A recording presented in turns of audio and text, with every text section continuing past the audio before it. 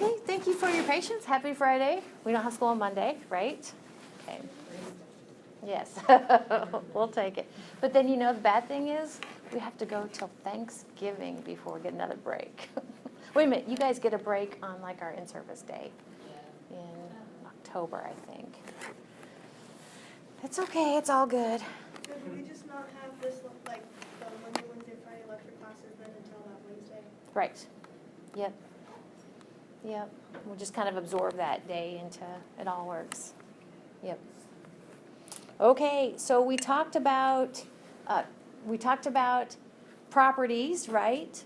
Chemical and physical properties. So physical property means one you can just kind of do by observing, or at least you don't destroy anything. So a physical property. And then a chemical property is one where you basically destroy the sample while you do it. Some new substances are formed. And you guys saw some new substances formed in yesterday's little lab. Good job. So chemical change, new substances are formed as it occurs. So in other words, or to kind of, I don't know if you guys have this one or not, but right here, we said pure substances can either be an element, which is an individual sort of one of those, or it can be a compound where those kind of combine together to make a repeating unit. You can go back and forth between these two with a chemical change, CHEM change. Okay. So to create a mixture, remember we are just physically combining two or more things.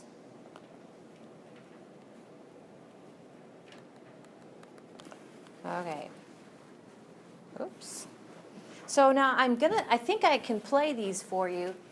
This actually is, at the top there you see an equation. It's an equation of a chemical reaction.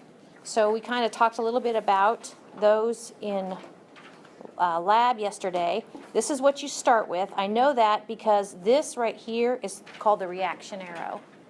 So this right here is the reaction arrow. So basically it's kind of a wall, what you start with, and then over here is what you would finish with.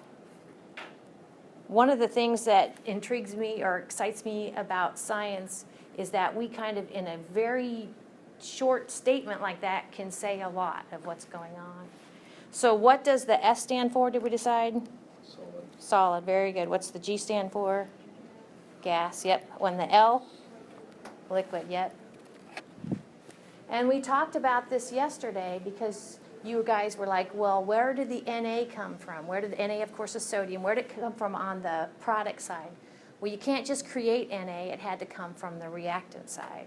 So if I were to, and we'll talk more about how do you mass balance, or how do you make sure you have the same numbers of atoms of each type of element that you start with and you end with those. We'll talk about balancing equations.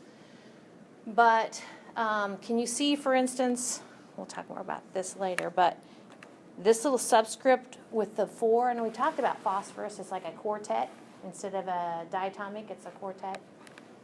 And so we have 4 phosphoruses over there, and actually this big 4, it's what we call a coefficient, says we have 4 repeating units of the PCl3. So in that case, if we were tallying up phosphoruses, we also have 4 phosphoruses.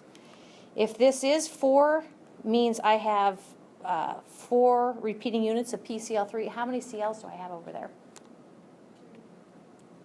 3. Not 3. I have 3 in 1 unit, but I have 4 units. 12. I have 12, exactly. Yep. So if we're tallying up the CLs, I'll put CL is equal to 12 over here. How about over here? If I have 6, yep, 6 pairs of CLs running around, 6 units of Cl2s. I have 6 times 2, or I have 12 over there too. Yep. Yep. So let's play those videos. See if we can, if it looks like a chemical reaction. See if I do this. Do you still see my thing? That's a good sign. Okay.